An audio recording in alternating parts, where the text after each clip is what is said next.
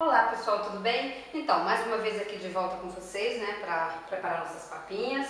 E hoje eu quero mostrar para vocês como eu faço uma papinha com caldo de carne, tá? Mandioquinha, né, cheiro verde e cebolinha e quinoa ou quinoa, como você preferir, tá?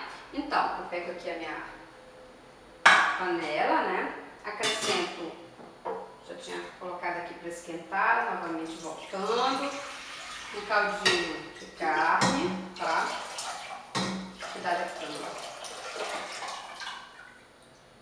Tem uns pedacinhos aqui, ó, de carne que eu desfiei, né?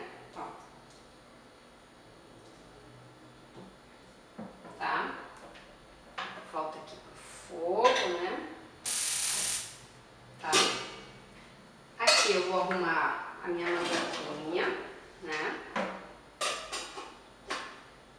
Vou colocar aqui para cozinhar no vapor. A mandioquinha não é dura, né? Ela vai cozinhar legal no vapor. E depois que tiver tudo ok, que ela tiver molinha, bem macia, eu amasso com caldo de carne, né? E acrescento por último um pouco do cheiro verde com a cebolinha, tá? E assim, para servir para minha filha, geralmente eu coloco já aquilo que eu já cozinhei previamente. Olha que delícia, gente, uma delícia. Minha filha adora isso aqui. E sirvo para ela, mas você pode deixar para cozinhar também um pouquinho no caldo, sendo que, como é que cozinha? Eu coloco 2 xícaras e meia de água para 1 xícara, né, de quinoa e deixo secar e ela tá pronta. Então ela fica assim sequinha, ó, tá vendo? Ó, ela é assim. Isso aqui é a forma que eu faço o grão, tá? Ó, tem a farinha, você pode usar, né, de outras formas, mas para ela eu faço assim. E ela tem comido bem, né? É uma forma de proteína muito boa, né? E assim, ajuda no fortalecimento dos ossos, como é que se diz, para desenvolvimento da criança, né?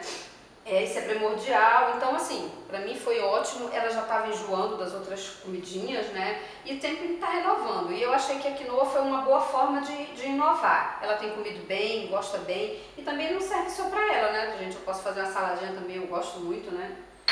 E quero dizer para vocês que assim, se vocês tiverem alguma dúvida, alguma outra ideia, né, vocês podem estar me enviando, né, por e-mail, entrando na página, perguntando, né, terei prazer em responder. E deem uma curtida no vídeo, se inscrevam no canal, né, quero agradecer vocês por esse momento de estar aqui com vocês, né.